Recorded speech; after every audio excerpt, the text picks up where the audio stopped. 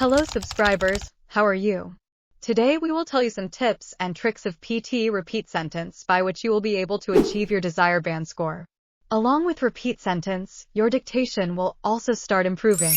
If you have just started preparing for PTE, then you must be facing a lot of difficulties.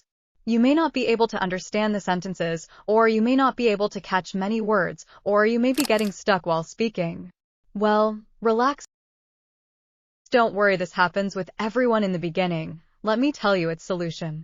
See, when you start practicing and if you listen to a sentence at the speed of one and you do not understand what the speaker said, then do not panic and listen again, and this time keep the speed at 0.8 and listen.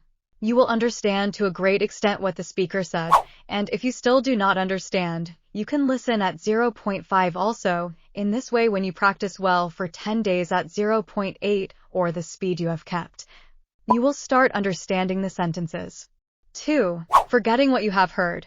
If you forget the sentence after listening and are able to speak only one or two words, well, see, when you practice and when the speaker starts speaking, then you should focus all your attention on the speaker and also keep your eyes closed. You must try this. You will start understanding the sentence, and if you are not able to do this, then you should start writing initials. Along with, I know that in haste our handwriting gets spoiled, due to which you may not understand initials later, but when you keep practicing continuously, you will start finding these things easy. 3. Fluency and pronunciation.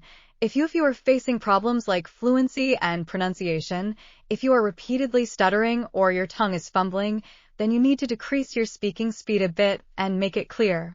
So whenever you sit to practice repeat sentences, first see if you are under pressure or not. And when you start speaking the sentence, do not stress too much on your mind. The more comfortably you speak, the better will be your fluency and pronunciation. So these were some questions. If you have any questions, you can ask in the comment section.